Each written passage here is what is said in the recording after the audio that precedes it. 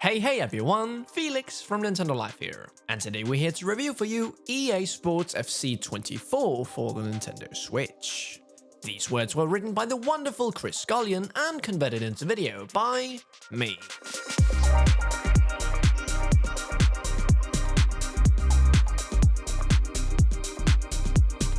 So, long-time Nintendo Life readers on the website will be aware of the love-hate, mainly hate relationship we've had with the FIFA series over the course of the Switch's life. The first Switch entry, FIFA 18, was considered a positive start, even though it felt feature-light compared to other consoles, and was clearly based on Xbox 360 and PS3 versions of that game.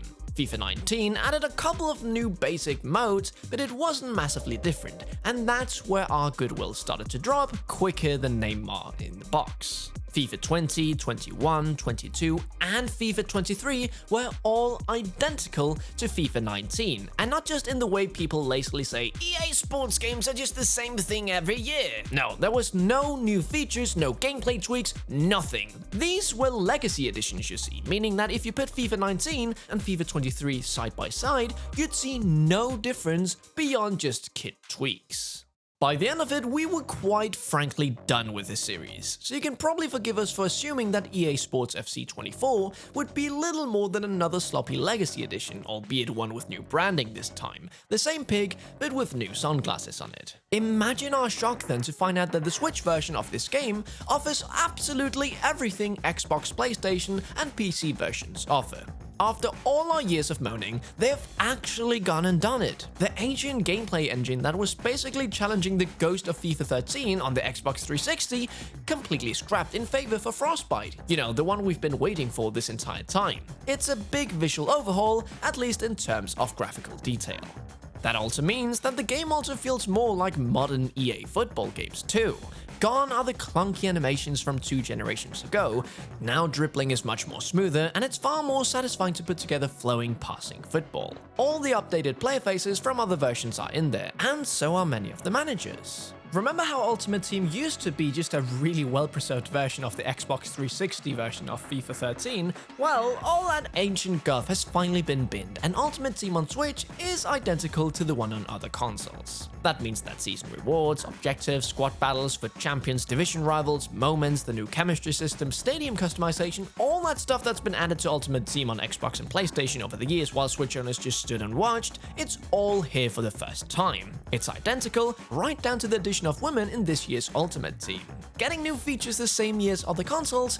Truly, friends, we now dine among kings. That also means Volta Football, which has been on other formats in FIFA 20, 21, 22, and 23, but has been a little more than a mysterious fable on Switch, is now included in its entirety. It could be argued that this is even better suited on Nintendo's consoles because its arcade-like minigames are perfect for short bursts and local multiplayer.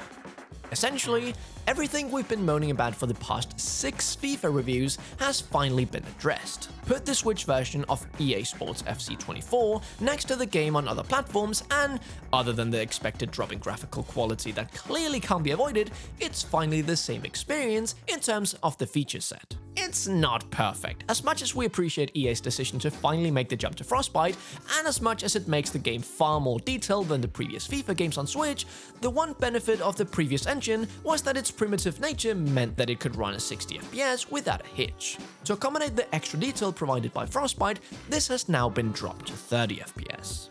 It's not a massive deal breaker by any means, because the generally slower pace of football compared to say a racing game means a drop from 60 to 30 FPS doesn't affect gameplay massively, but players who ignored our advice and did play FIFA 23 on Switch will notice a drop in fluidity even though they'll get accustomed to it before too long. Ultimate Team will also potentially suffer from one major issue. The game doesn't have a shared transfer market. The Xbox, PlayStation, PC, and Nintendo versions each have their own separate transfer markets, and while we can understand some of the reason behind that, some claim that PC players can use bots to swap out players quickly, we'd at least like to see all the console versions share the same marketplace one day.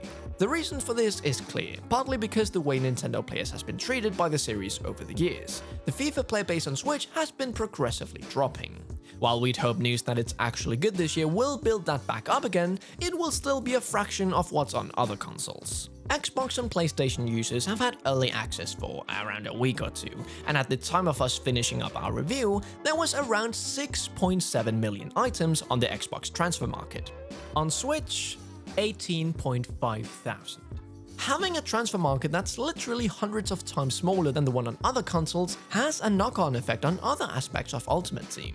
It's harder to sell players for coins when there are fewer players looking for them, and while it's great to now have squad-based challenges where you make and submit teams with certain conditions in exchange for rewards, it's going to be much harder to complete these when you need a certain player and the transfer market is relative tumbleweeds. Don't get us wrong, Ultimate Team is still great on Switch now, and other single-player modes in it like squad battles and moments will let you get rewards in other ways when there aren't many players around, something that wasn't possible in past Switch FIFAs. But hopefully one day EA will merge the console transfer markets to make the mode feel truly busy.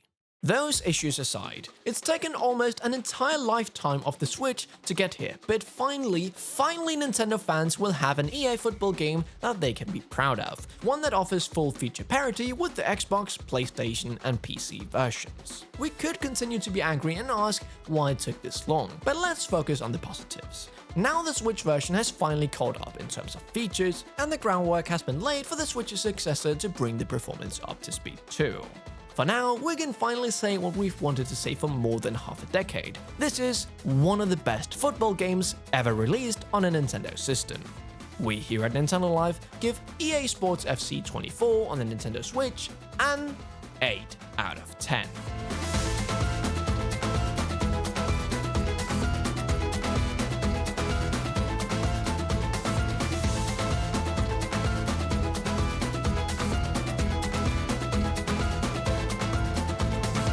And now with the review done, it's time for Felix's personal thoughts. Now, I myself in the past was a massive FIFA kid, but I haven't actually touched FIFA in a long time. I used to play on the Xbox 360, and I did play FIFA 18 when it released on the Switch, but then I grew out of my football phase and I didn't really play FIFA that often. And jumping back to this, I'm reminded why I enjoyed those past games so much, and this does give that same experience, albeit at a worse performance. It is nice that EA's actually putting in some effort. Even though it doesn't look very great, it still plays just fine, just at 30 FPS, which you do need to get used to.